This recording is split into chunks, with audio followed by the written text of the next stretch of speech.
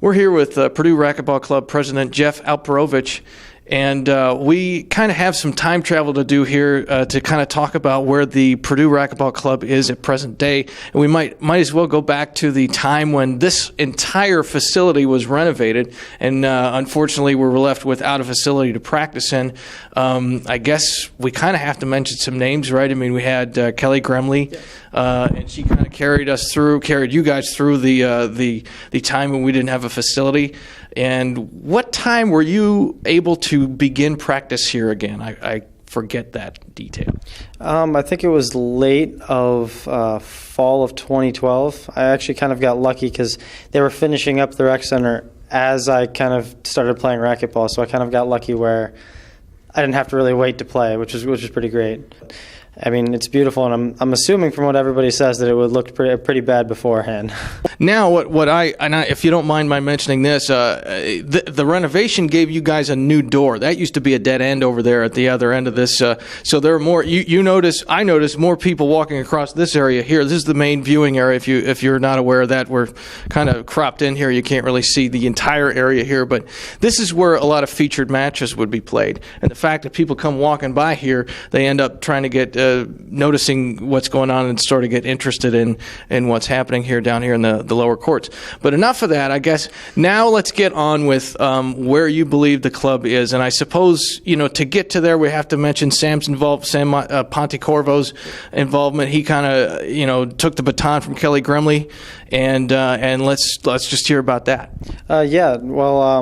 Kelly was going to be graduating, and so over last year, before we became official again, she kind of started handing off the torch to Sam and, figuring out, what needs to be done with the club. And so Sam took over in the fall and, helped get the club moving in the right direction. But there came a point in the semester where with his grad work and his research, it just kind of became too much for him to do all at once. And so that's when the torch got passed on to me. And so we've been kind of just helping to get more members and get more involvement. And even though it's been our first year, we're doing our best to keep up the support for the racquetball community and the club. Okay, great. And so how do you think it's gone so far? You've had some call-outs and you've even had some events. Let's hear about those.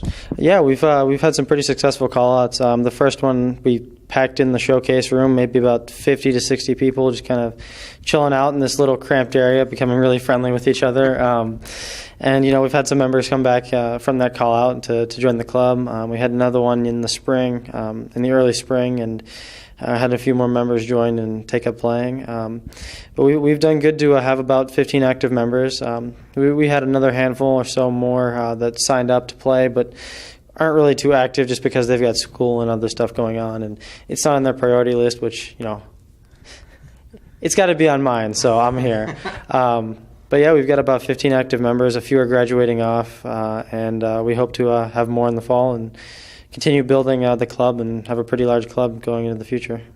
Great. And, it's also from the events you've had, you've gone on a few trips. I mean, the collegiate racquetball is a pretty involved activity. I never got to do that when I was a student, so let's hear a little bit about that.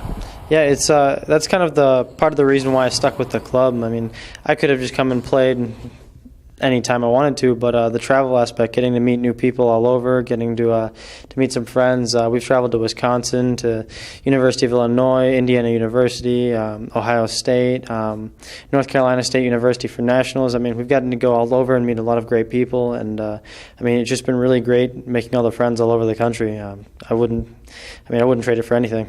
Cool. If somebody were watching this video, maybe, let's say a fellow college student around here, what would you say to maybe get them interested in this? It may seem like a lot of work, practicing and traveling and all that, but it will be some of the most fun you'll have. I mean, I've made some of my closest friends through the club, and I've gotten to see a lot of places I wouldn't normally go to and talk to a lot of great people who I wouldn't normally meet. So, it's probably maybe a little underrated, and you may not think about it as being like the coolest thing to do, but it's definitely kind of like, it's almost an underground thing, but it's coming back up, and I know we have a lot of players here and that just play recreationally, but I'll just say that once you join and start traveling with us, it'll be some of the best times you'll have. Great. Is there anything else you'd like to add? Boiler up. All right, awesome, Jeff. Thanks for talking with us, and we'll see you on court, I guess, right? Of course.